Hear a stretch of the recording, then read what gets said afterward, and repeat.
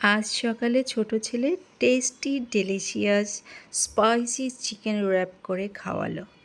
দারুণ ছিল খেতে, সেটাই তোমাদের সাথে শেয়ার করছি।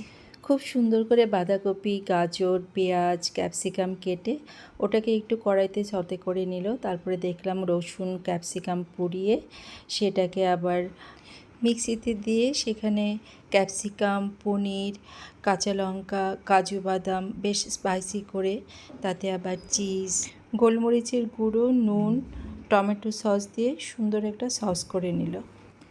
সসটা দেখো পুরো মেয়োনিজের মতো দেখতে, বাট খেতে কিন্তু হেভি হয়েছিল। এবার ম্যারিনেট করা মাংসটা কড়াইতে দিয়ে ভালো করে ভেজে তুলে নিল। ব্লিঙ্কিট থেকে টর্টিলা র্যাপস কিনে নিয়ে এসেছিল।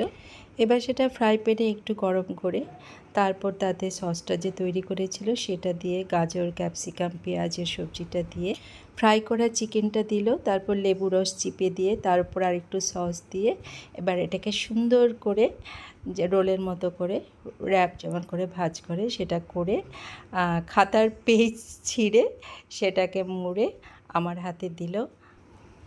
আমি তো ভীষণ ভালো খেয়েছিলাম, সত্যি বলছি দারুণ টেস্ট হয়েছিল।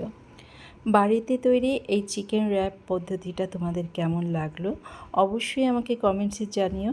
আর তোমরাও বাড়িতে এই টেস্টি হেলদিয়েস্ট খাবারটা তৈরি করে একবার খেয়ে আমাকে জানিও কেমন লাগলো।